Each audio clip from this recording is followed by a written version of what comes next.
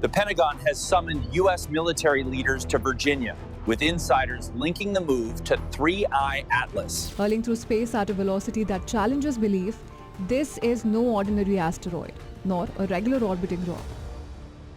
The emergency gathering of military and scientific leaders was not a routine exercise in interagency coordination. It was a high-alert response to a celestial discovery that had just moved from the fringes of astrophysical curiosity into the realm of direct planetary concern.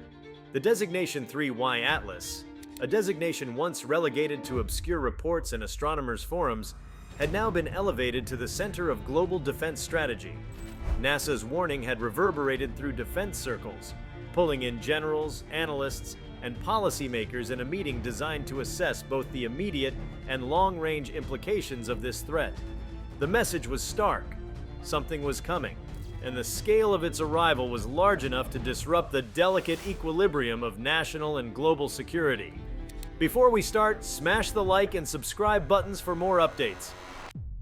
The military briefing room was layered with tension. Screens displayed real-time orbital models of 3Y Atlas, a massive interstellar object whose trajectory was being recalculated with every passing hour. What unsettled the officials most was not just its size, estimated to be larger than most recorded comets, but the sheer velocity at which it was moving. Unlike typical near-Earth objects, which follow predictable orbits influenced by solar gravity, 3Y Atlas originated from deep interstellar space. This made its behavior more erratic, its gravitational interactions harder to forecast, and its potential consequences more severe. The speed combined with its unfamiliar trajectory meant that even minor miscalculations could result in catastrophic misjudgments. NASA's early models had already triggered alarm. The object's path showed an unusual degree of gravitational interaction with Jupiter's orbit, suggesting a complex tug-of-war between solar forces and interstellar momentum. Analysts explained that such conditions created a margin of error too large for comfort. If 3I Atlas crossed into a narrower corridor of space, Earth would become a non-negligible point of collision probability. Military strategists were forced to think in terms they usually reserved for nuclear scenarios, low probability but high impact events where failure to act could result in civilization-scale loss. The discussion moved quickly from data to consequences. Intelligence officers raised the question of global readiness, emphasizing how unprepared infrastructure remained for a planetary-scale impact. NASA scientists elaborated on simulations showing atmospheric disturbances, seismic reverberations, and cascading failures in global communication systems should a strike occur in populated regions. The military considered these projections with an urgency that underscored how space, once considered a theater of exploration, had now become a domain of existential defense. A cosmic threat had entered the same category of strategic concern as nuclear proliferation and cyber warfare. As the meeting progressed, officials wrestled with the unsettling realization that Earth lacked a coherent planetary defense system capable of neutralizing a body of such scale. While initiatives like kinetic impactors and deflection strategies existed in theory, none had been deployed at the magnitude required to counter 3I Atlas. The asteroid's velocity made interception particularly daunting. A conventional nuclear device, even detonated in near space, might only fragment the object, sending debris toward Earth with equally devastating results. This placed the military in a position where the line between action and inaction seemed equally perilous. The object's interstellar origin added another layer of anxiety. Unlike comets or asteroids cataloged within the solar system, interstellar objects carried with them an aura of the unknown. Their composition, density, and even structural integrity remained speculative. NASA's spectrographic analysis indicated that 3Y Atlas contained a composition unlike any familiar near-Earth object, heavier in metallic content and unusually resistant to solar radiation. Military scientists speculated that such properties could amplify its destructive potential upon atmospheric entry, creating kinetic energy releases many times greater than terrestrial nuclear arsenals. The sheer unpredictability of such material properties amplified the sense of urgency in the room. At the same time, the military's involvement was not limited to passive observation. Leaders were pressed to consider the strategic dimensions of control over information. If the public were to become aware of 3I Atlas before comprehensive strategies were developed, The potential for mass panic could destabilize entire regions. Financial systems could collapse under speculation, and social order could fray in anticipation of an uncertain future. Thus, alongside scientific and defense discussions, there was a parallel conversation about managing narratives, determining what to disclose, and when to release official statements. The threat was physical, but the implications were also deeply psychological and political. What hung heavily in the atmosphere was the awareness that global defense, usually fragmented by national interests, now had to contend with a unifying crisis. The representatives understood that unilateral action would be insufficient. This was not a missile defense problem localized to one border, but a planetary emergency requiring coordination between adversarial powers. The military considered the difficult logistics of pooling resources with nations whose interests often clashed, particularly in space technology. Yet the reality of 3Y Atlas forced the unthinkable. International rivals would need to synchronize strategies to ensure survival. As models and simulations continued flashing across the room, the dialogue shifted to timelines. NASA scientists emphasized that the margin for meaningful intervention was shrinking rapidly. The object's velocity meant that options viable today could become impossible within months. Decisions about deflection, interception, or containment would need to be made in the near term, long before 3I Atlas crossed thresholds of no return. This urgency pressed upon the military leaders, who were more accustomed to campaigns with flexible windows. Here, time was not an ally, but an accelerating adversary. The question of technological capability loomed. Aerospace commanders spoke about the limitations of current missile defense systems, which were designed for intercontinental warheads, not celestial bodies moving at interstellar speeds. NASA engineers detailed proposals for experimental propulsion technologies, including ion drives and nuclear pulse engines capable of intercept missions. But these concepts, while innovative, had not been tested beyond theoretical or small-scale demonstrations. The military understood the stakes. Untested technology would need to be scaled to planetary defense levels without precedent or rehearsal. As the meeting deepened, the tone grew increasingly sober. Officials discussed contingency plans for civil defense should mitigation fail. These included evacuation scenarios for projected impact zones, mobilization of medical resources, and continuity of government protocols. While these discussions had been confined to Cold War-era nuclear planning, they now returned in the context of an asteroid strike. Unlike human adversaries, 3Y Atlas carried no intent, no diplomacy, and no deterrent strategy, only raw momentum and destructive potential. The military realized that their conventional frameworks for security were being stretched into unprecedented terrain. Yet amid the fear, there was also a spark of determination. The very scale of the challenge forced a re-evaluation of human ingenuity. NASA scientists highlighted that this was the first time in history humanity had the observational capability to detect such an interstellar object early enough to potentially intervene. Military officials, though steeped in urgency, recognized that this moment tested the full scope of global defense collaboration, scientific innovation, and human resilience. It was, paradoxically, both a moment of grave threat and profound possibility. The discussions wound toward operational planning. A joint task force combining military logistics with NASA's technical expertise began sketching outlines of coordinated responses. Launch windows were identified, resource allocations debated, and experimental weapon systems reconsidered for repurposing. The complexity was immense, but the shared awareness was clear. Survival demanded unprecedented coordination. The object designated 3Y Atlas had already reshaped the military's perception of what constituted a threat.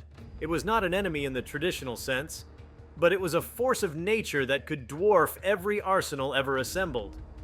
Throughout the meeting, a subtle but undeniable shift occurred in the language of the participants.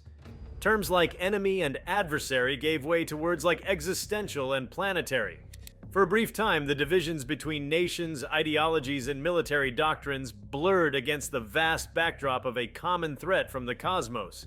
NASA's alarm had not only sounded a scientific warning, it had reframed the boundaries of human defense, pushing military leaders to think beyond the terrestrial horizon and confront the vulnerability of the planet itself. By the time the meeting concluded, no one left with a sense of closure. Instead, they carried the weight of a looming reality that demanded rapid decisions, untested strategies, and unparalleled unity. 3I Atlas remained far beyond Earth's atmosphere, yet its presence had already altered the trajectory of military and scientific thought. The emergency gathering had revealed the scale of the threat, not in terms of immediate destruction, but in its power to redefine what survival meant in a universe that cared nothing for human borders or ambitions. The object was still approaching, and the world now stood at the threshold of one of its most defining challenges. The revelation of 3I Atlas is more than a distant curiosity, but as a pressing planetary threat marked a profound turning point in human history. When the emergency meeting reconvened for extended sessions, it was no longer simply a matter of sharing calculations or aligning communication strategies. It had transformed into an existential council of war, not against another nation or ideology, but against the unyielding mechanics of the universe. The object's speed and mass were now etched into the minds of every military officer present, their training and anticipating enemy maneuvers suddenly rendered inadequate against the indifference of celestial momentum. What emerged from the gathering was a sprawling confrontation with humanity's vulnerability, and an equally expansive attempt to rise to that vulnerability with planning, science, and resolve. At the core of the extended deliberations was the acknowledgement that 3Y Atlas was no ordinary interloper. Its sheer velocity alone placed it in a category few had ever imagined confronting. Calculations presented by NASA's most experienced orbital analysts revealed that the object was moving at speeds that outstripped conventional interception methods. A missile launched from Earth, even one propelled by the most advanced booster stages, would struggle to match its trajectory. This meant the object could not simply be met with conventional technology adapted from missile defense or satellite launches. Every conversation pointed toward the stark reality. Humanity would be forced to create solutions that had never been attempted at scale. Scientists from NASA's Jet Propulsion Laboratory highlighted the physics of the problem in sobering terms. At such velocity, even the smallest fragment of 3Y Atlas would deliver catastrophic energy upon impact. They illustrated the point with simulations projecting fragments into digital reconstructions of metropolitan regions. The images of entire cities vaporizing beneath the kinetic energy of debris turned the meeting room into a theater of urgency. The military officials, often stoic in the face of geopolitical threats, now leaned forward in uneasy silence as they absorbed the scope of what even a partial strike could mean. For once, their maps of troop movements, defense installations, and conflict zones seemed insignificant compared to the planetary canvas projected before them. The geopolitical ramifications of this threat soon took center stage. The object did not respect borders, alliances, or treaties. Its arrival posed the same risk to every nation under the arc of its potential path. Yet the question arose, who would lead the defense? Would the United States, with its combination of military might and NASA's scientific prowess, assume the role of planetary guardian? Or would an international consortium emerge, combining the capabilities of agencies like ESA, Roscosmos, CNSA, and ISRO into a unified planetary defense initiative? The military officers were keenly aware that mistrust between nations had long complicated joint ventures. And yet here was a scenario in which mistrust could doom all. The military strategists began sketching models of global cooperation that included shared launch windows, data transparency, and even joint command structures, concepts that once would have been dismissed as naive idealism, but were now practical necessities. A significant portion of the meeting was devoted to exploring what, precisely, could be done to alter the trajectory of such an object. Scientists explained the limitations of existing methods. A nuclear detonation near the surface of a traditional asteroid might have nudged its path, but with 3I Atlas's unknown density and metallic composition, the effect was uncertain. Worse, the possibility of fragmentation haunted the room. If the detonation merely shattered the object, Earth could face not one devastating impact, but thousands of smaller ones scattered across continents and oceans, overwhelming any capacity for evacuation or response. Thus, nuclear solutions, once a default tool of last resort, were recognized as both dangerous and unreliable in this context. Attention then turned to experimental propulsion methods. NASA scientists described solar sails, ion thrusters, and concepts of gravitational tractors, machines designed to subtly shift an asteroid's course over time by applying steady, gentle force. But time was a luxury not afforded by 3I Atlas's velocity.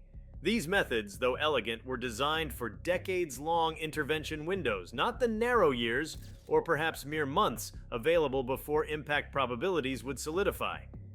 Military engineers pressed for weaponized solutions, massive kinetic impactors capable of slamming into the object with sufficient momentum to alter its course. Yet this too carried risks.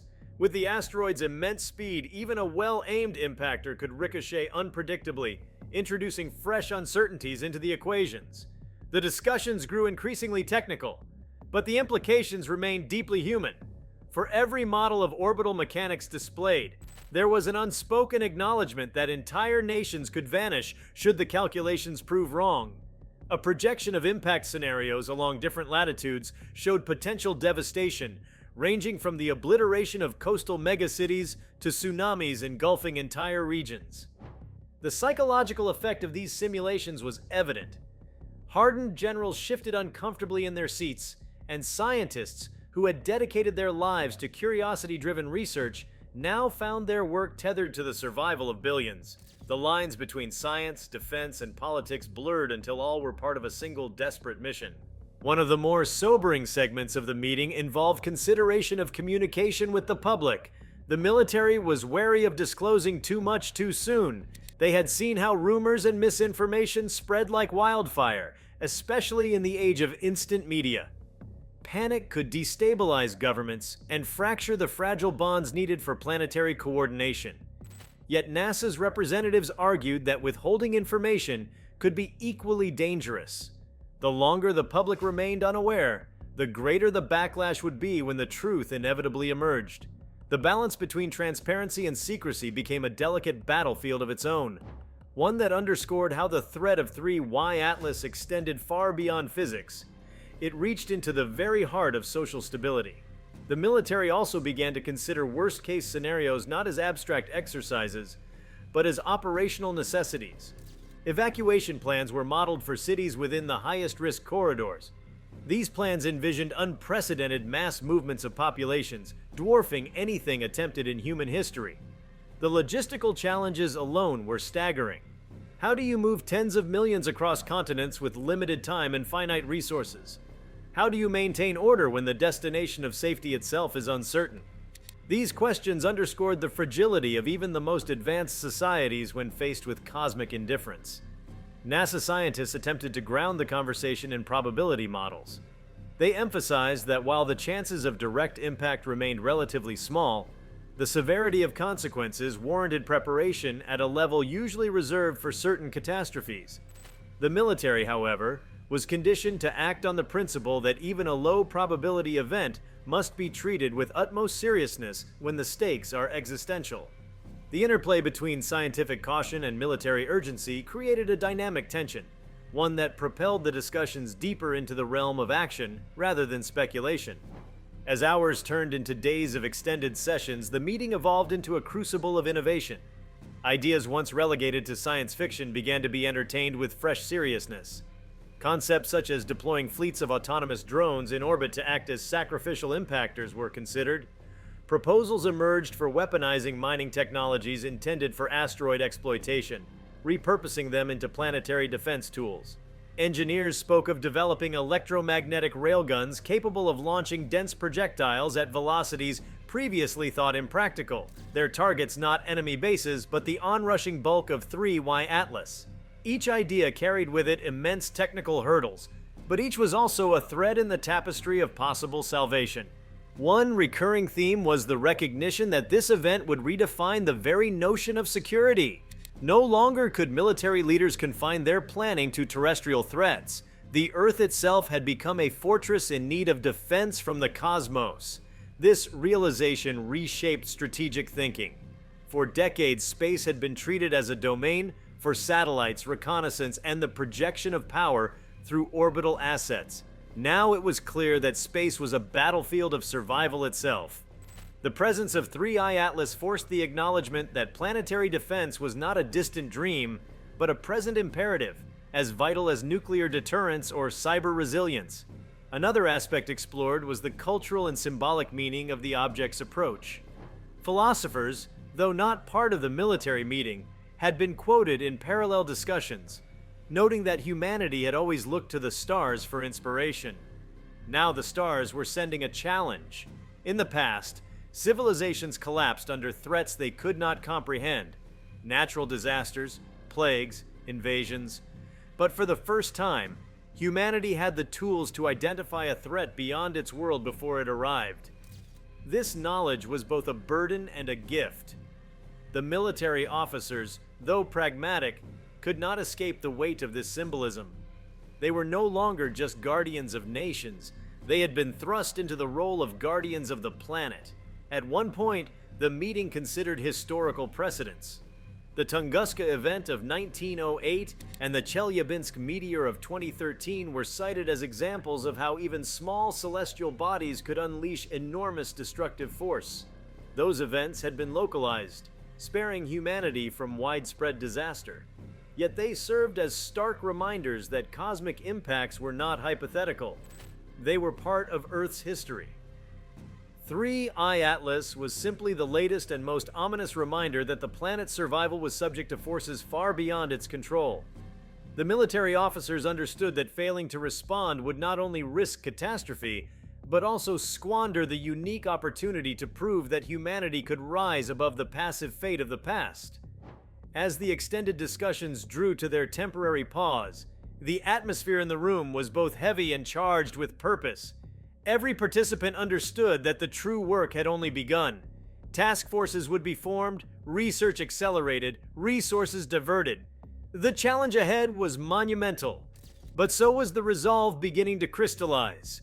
The object continued its silent trajectory across the void, unaware of the storm of planning, fear, and determination it had unleashed among the inhabitants of the small blue planet in its path. The military meeting had revealed the threat in stark detail, but it had also awakened a deeper realization that survival in the face of cosmic indifference required not just technology, but unity, courage, and the will to confront the infinite with finite means. The horizon of time remained uncertain. Perhaps 3I Atlas would pass harmlessly, a dark reminder that humanity's vigilance must never wane. Perhaps it would not, and the plans being drafted would become the difference between continuity and collapse. But for those who had sat in the charged air of that emergency session, one fact was clear. The alarm had been sounded, and the world would never view the night sky with the same innocence again. The urgency surrounding 3I Atlas did not end with technical deliberations or military schematics.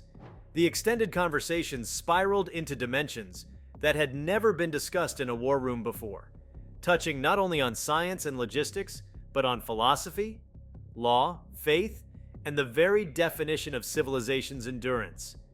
In the background hum of the military's secure facility, the object's looming trajectory became more than an astronomical anomaly. It became the catalyst for humanity to interrogate its place in the universe. Each aspect of the discussion peeled back another layer of complexity, exposing how profoundly a single interstellar body could alter humanity's trajectory without even striking the Earth. One of the most intense areas of exploration concerned the legal framework, or rather, the absence of one. Space law had been written in the Cold War era, under assumptions of exploration and ownership, not planetary survival. The Outer Space Treaty, often cited as the backbone of extraterrestrial governance, offered little guidance for coordinated action against a cosmic intruder. Military lawyers pointed out the absence of clarity on issues such as sovereignty over orbital defense systems, responsibility for collateral damage if an intervention misfired, and liability for debris impacts caused by failed attempts to redirect or fragment the object. Could a nation launch nuclear devices into orbit without violating treaties? Could a coalition commandeer private spacecraft or commercial satellites for planetary defense without legal repercussions? These questions had no precedence, and their uncertainty compounded the sense of urgency in the room. Equally pressing was the question of finance. The scale of resources required to mount a planetary defense against an object the size of 3I Atlas exceeded anything humanity had attempted in peacetime. Trillions of dollars in research, construction, and deployment would be necessary, and the urgency demanded that such resources be mobilized in years, not decades. Military economists argued that the global economy would have to undergo an unprecedented restructuring. Defense budgets would need to be redirected, international trade routes secured against disruption, and entire industries repurposed for the singular goal of survival. The ripple effects on employment, global inequality, and political stability were staggering. Yet the consensus grew that cost was a secondary factor. Existence itself was on the line. Religious and cultural perspectives inevitably entered the conversation. The military, pragmatic by necessity, could not ignore the role of belief systems in shaping public response. Chaplains and advisors warned that some communities might interpret 3Y Atlas as divine judgment, the fulfillment of prophecies, or the harbinger of an apocalypse foretold in ancient texts.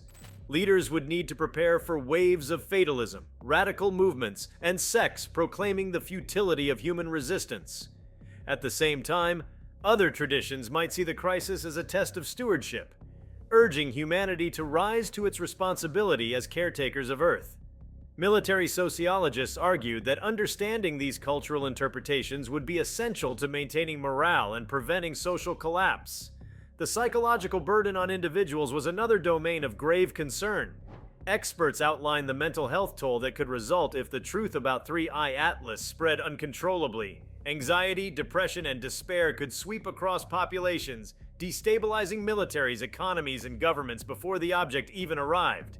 NASA psychologists shared case studies from astronauts who had experienced the overview effect, a profound shift in perspective when viewing Earth from orbit. They suggested that humanity at large might soon experience a darkened version of that effect, the awareness that a cosmic intruder was bearing down upon them. Preparing mental health systems to absorb such widespread trauma became part of the emergency planning, alongside missiles and propulsion systems. Amid these somber discussions, there was also debate over innovation. A crisis of such magnitude, paradoxically, could ignite breakthroughs that would otherwise have taken centuries. Military futurists speculated about the acceleration of spacefaring capabilities, the development of propulsion systems that might one day carry humanity to other stars, and the creation of automated defense networks that could protect Earth for millennia to come. The specter of 3Y Atlas, while terrifying, had the potential to serve as a crucible of ingenuity.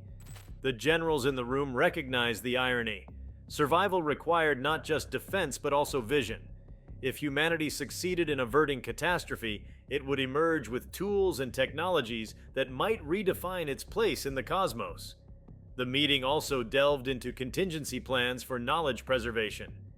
If the worst were to occur and civilization collapsed under impact, how could humanity's achievements, culture, and memory be safeguarded? Proposals arose for knowledge vaults, buried deep in mountains or sent to the moon, containing records of human history, science, art, and philosophy. These archives could serve as a beacon for any survivors, or even for other civilizations that might one day discover the remnants of humanity. Military strategists found themselves grappling not just with survival but with legacy, ensuring that even if humanity were extinguished, it would not vanish without a trace. Ethical debates added another layer of complexity. Some participants questioned whether it was morally defensible to attempt deflection strategies that could shift the object's trajectory toward less populated regions, effectively sacrificing one part of the world to save another. Others argued that any intervention, even one carrying such risks, was preferable to inaction. The moral calculus became entangled with geopolitical realities. Which nations would be prioritized for evacuation? Who would have access to underground shelters or survival colonies? The threat of 3Y Atlas revealed the fault lines of inequality in stark relief, forcing leaders to confront uncomfortable truths about whose lives would be valued most in a planetary crisis. Technological secrecy versus openness also became a heated subject. Some military officials argued that research into planetary defense must remain classified, both to prevent adversaries from weaponizing the technology and to control the narrative. Others countered that secrecy could stifle innovation and prevent the pooling of global expertise. In a challenge of this scale, hoarding knowledge could doom humanity. while transparency might unleash the creativity of millions of minds. The debate reflected a deeper question. Should humanity's survival be approached through the lens of competition or cooperation? Parallel to these debates, planners considered the possibility of survival colonies beyond Earth. The Moon, Mars, and orbital stations were discussed as potential refuges for a fragment of humanity should the planet become uninhabitable. While such projects had long been relegated to speculative science fiction, the immediacy of 3Y Atlas turned them into urgent priorities. The military explored the feasibility of launching rapid colonization missions, seeding human presence off-world not as exploration, but as insurance. The prospect of continuity through extraterrestrial colonies revealed how survival planning was already expanding beyond Earth's borders. The object itself, though silent and distant, became a subject of fascination beyond its threat. Some scientists proposed sending reconnaissance probes to study its structure and composition up close, not merely to inform defense strategies, but to unlock the mysteries of interstellar bodies. If humanity could learn to understand and harness the resources of such objects, it might unlock an era of cosmic exploration. Yet time again was the enemy. Every moment spent on curiosity was a moment not spent on defense. The duality of wonder and dread defined the relationship with 3I Atlas, a reminder that the universe offers both danger and discovery in the same package. Political dimensions grew increasingly fraught as the meeting continued.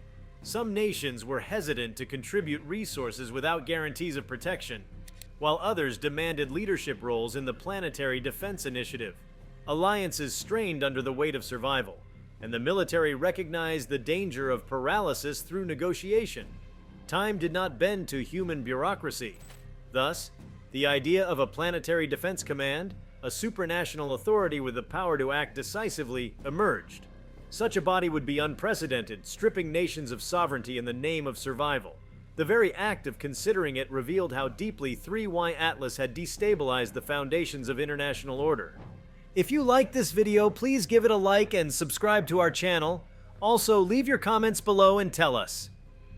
What are your thoughts on NASA's warning about the 3I Atlas threat? We want to hear from you. Thank you for watching and see you next time.